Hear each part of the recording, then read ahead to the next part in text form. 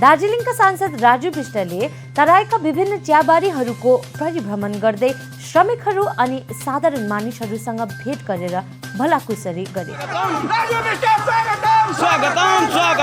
राजु विष्टको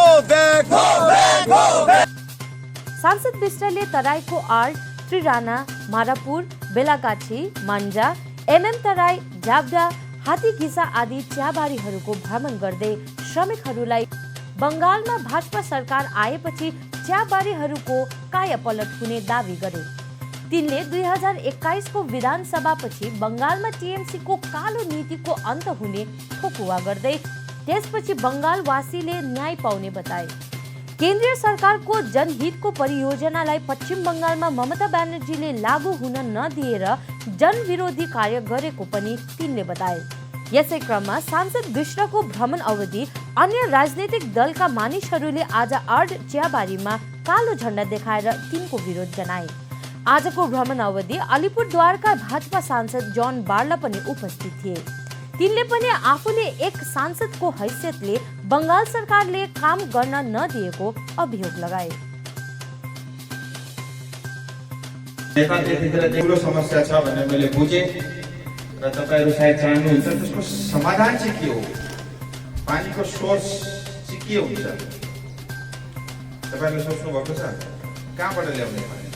अहिले त हेर्नुहोस् एमपी यहीँदेखि आश्वासन होइन, यहीँदेखि घोषणा गर्दैछु तपाईहरुले काम भोलिदेखि सुरु गरिदिनुहोस्। यो 3.5 लाख रुपियाँको काम कुनै सरकारले होइन, म व्यक्तिगत तौरमा मेरा आफ्ना जुन मैले तनखा पाउँछु त्यो तनखादेखि यो काम म गराइदिन्छु। चाँडै सुरु गर्नुहोस्, भोलिदेखि नै थाल्नुहोस्। 5 दिन 7 दिन जति दिन कति दिनमा सक्नुहुन्छ फटाफट सक्नुहोस्। म चाहन्छु दसैँको पानी त्यही बोरिङको पानी लिएर घरमा चलाउनु होला। र अर्को जुन कम्युनिटी होलको तपाईँले कुरा गर्नुहुँदै त्यो कम्युनिटी होलका लागि प्रपोजल बनाएर मलाई पठाइदिनु। मैले करिब 200 वटा कम्युनिटी होलको प्रपोजल केन्द्र सरकारमा चढाइसकेको छु। तपाईँहरूको पनि त्यहाँ पठाइदिनु। त्यो कम्युनिटी होलमा चाहिँ अलिक समय लाग्ला, 6 महिना सालभर पनि लाग्न सक्छ। समाधान भइहाल्छ तपाईँहरूको है। अब आज हामीले यो चाय बगानका क्षेत्रमा छौँ। हेर्नुहोस्, हिजो अस्ति मात्रै जुन सदनमा संसद भवनमा जुन प्रकारको लेबर लजलाई लिएर जुन कानुन पारित भएको छ, यो हामीहरू सबैका लागि एउटा ऐतिहासिक कानुन यो पालिका संसद भवनमा पास भएको छ। हामीहरू सबैलाई थाहा छ, हामीहरू 150 साल भन्दा बेसीदेखि यो चाय बगानमा काम गरेर आइरहेका छौँ। अनि यो चाय बगान मात्रै यस्तो उद्योग मैले देखेँ दुनियाँमा, भारतवर्षमा म दुनियाँका 50 देशमा पनि घुम्छु, त्यहाँ पनि यस्तो विचित्र मैले परिस्थिति देखेको छु। हामीहरूका पुस्तैनी 5 पिढी 4 पिढीदेखि चिया बगानमा काम गरिरहेका छन्। 4 पिढीकाले पनि काम गर्दा एउटा मजदुर भएर काम गरिरहेका थिए। आज हामीहरूका युवा केटाकेटी काम गर्दा आज पनि त्यही मजदुरी गरिरहेका छन्। त्यस्तो खालको विचित्र प्रकारको स्थिति छ। न हामीहरूसँग जमिनको पर्जापट्टा छ, न हामीहरूले कुनै पनि मिनिमम वेजको ग्यारेन्टी हामीहरूले पाएका छौँ। अरू धेरै समस्याहरू चिया बगानमा छन् र धेरैले क्वेसन पनि मोदीजीलाई, भाजपालाई, बिजेपीलाई हामीहरूको परिस्थिति यस्तो भाजपाले गर्दा हो, भाजपाले यो गरेन त्यो गरेन भन्छ। यो सबै गलत हो। म कुनै राजनेता भएर बोलेको होइन, भाजपा बिजेपीको एउटा कुनै सांसद बनेर पनि बोलेको होइन। हेर्नुहोस्, देश आजाद भएको पनि 73 इयर्स भइसक्यो। मोदीजी सत्तामा आएको, सरकारमा आएको त उहाँ 6 वर्ष मात्रै हुँदैछ। अनि यो जुन परिस्थिति आज हामीहरूको छ, जुन समस्याले घेरेका छौँ हामीहरू, यो 6 वर्षमा उपलब्धि मात्रै हो त? पहिलेदेखि केही भएको छैन। कांग्रेसले केही पनि गरेन, सीपीएमले केही पनि गरेन। यहाँ सीपीएम को सरकार हुन्थ्यो 35 साल, केन्द्रमा कांग्रेसले हुन्थ्यो, तिनीहरूले पनि केही गरेनन्। आज यहाँ टीएमसी को सरकार छ, 10 सालदेखि केन्द्रमा बीजेपी को सरकार छ। केन्द्रले मरिहत्तै गरेर गर्न भन्दा पनि उनीहरूले यहाँनिर केही पनि काम हुन दिएको छैन। तर अब परिवर्तन आउँदैछ 21 मा। हेर्नुहोस्, म कुनै ज्योतिषी त होइन, हामी पनि होइन, तर जुन प्रकारको वातावरण अहिले म देखिएको, मलाई पूरा विश्वास छ यो पालि 21 मा बंगाल में भारतीय जनता पार्टी सरकार बनी है एक है मिनिमम वेज का, क्योंकि आपको रोज 176 रुपए मिलता है जी, लेकिन आपका अधिकार 350 रुपए का है और पिछले 150 सालों से हमें अपना अधिकार नहीं मिल रहा था।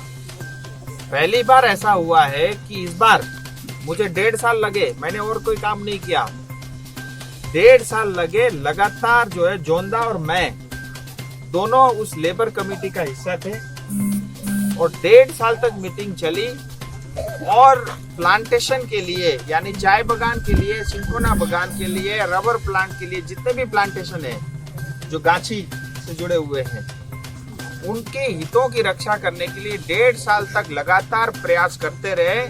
और मुझे बहुत खुशी आपको बताते हुए कि अभी जो है कोई भी ना मालिक ना सरकार चाहे के भी बदमाशी नहीं कर सकती, क्योंकि वो कानून में बंध गए हैं।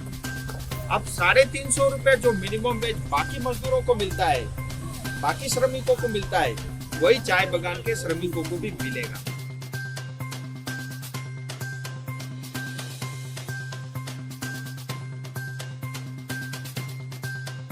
श्रमिकों को ठगनेबाजी बंद करो, बंद करो, बंद करो। Raju Bista go back, go back, go back. Raju Bista देखिए, आज 15-16 तारीख हो गया।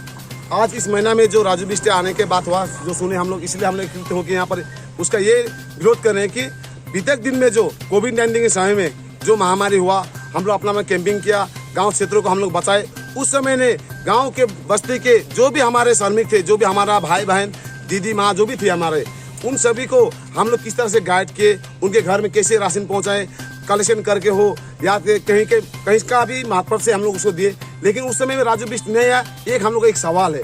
और दूसरी बात है, जब हमारे क्षेत्र में दार्जिलिंग डिस्ट्रिक्ट के जो क्षेत्र से जो उसने एक सीट पाया, MP का सीट पाया, उस समय से लेके आज तक उसने आया नहीं। और उसने एक झूठी भी तसल्ली दी आदमी को कि हम गोरखालैंड दे देंगे। गोरखालैंड हो गया एक दूसरी मुद्दा, लेकिन ये जो तराई में जो हम लोग पड़े हैं, जो आदिवासी बिहार जो कास्ट के लोग हैं, फिर ये तो जात पात भी कर रहे हैं, इसके विरोध में हम लोग खड़े हैं। हम लोग पूरा का पूरा ममता दीदी के संगठन से खड़े हैं। और दूसरी बात है, यहाँ पर स्मूथ बागान चल रहा है, चाय बागान चल रहा है, बस्ती ठीक है, आदमी लोग अपना अपना रोजी रोटी कमा के खा रहे हैं। लेकिन दूसरी बात है, जब राजू बिष्टा यहाँ आने ही था तो समय पे क्यों ना है, जो सिमाई में यहाँ का वर्कर, यहीं के माँ का, यहीं के बेटे के हाथ से उसने जो मामूल एक तो वोट पा के एक MP बना, उस समय उसने क्यों नहीं आया। और आज जो आ रहा है, एक वोट के लिए जो आगामी 2021 का जो इलेक्शन है, वो ठगबाजी करके वोट लेंगे, फिर 5 साल के अंदर में फिर आ जाएंगे वोट मांगने।